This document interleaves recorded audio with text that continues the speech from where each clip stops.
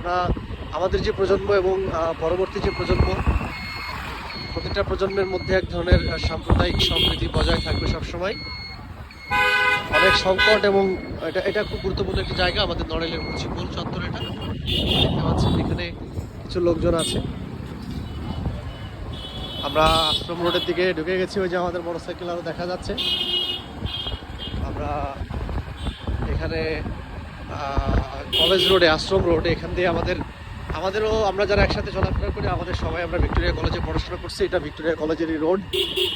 তো ধন্যবাদ আপনাদের সবাইকে আমাদের সাথে থাকার জন্য। সাথেই থাকুন। আমরা আরও অল্প কিছু সময়ের মধ্যেই আমরা ভিক্টোরিয়া কলেজে পৌঁছায় যাব। ভিক্টোরিয়া কলেজে আমাদের অনেকদিন পর যাচ্ছি বেসিক্যালি, নাকি জুবায়ের? অনেকদিন পর যাচ্ছি।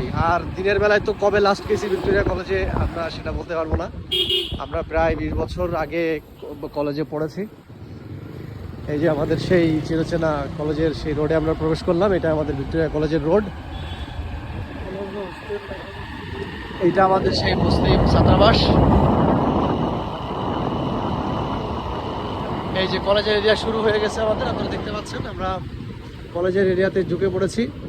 আমাদের এই যে পুরাতন বিল্ডিংগুলো দেখা যাচ্ছে, কলেজের প্রাচীর আর কি।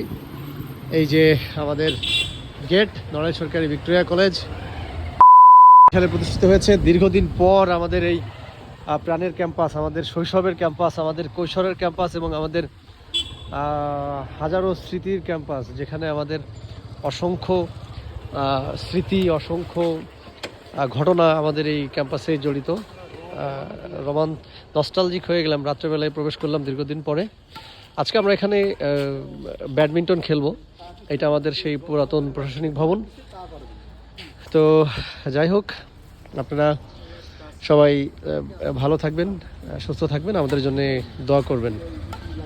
দেখা হবে নতুন কোনো জায়গায়, নতুন কোনো ভিডিওতে। Thank you.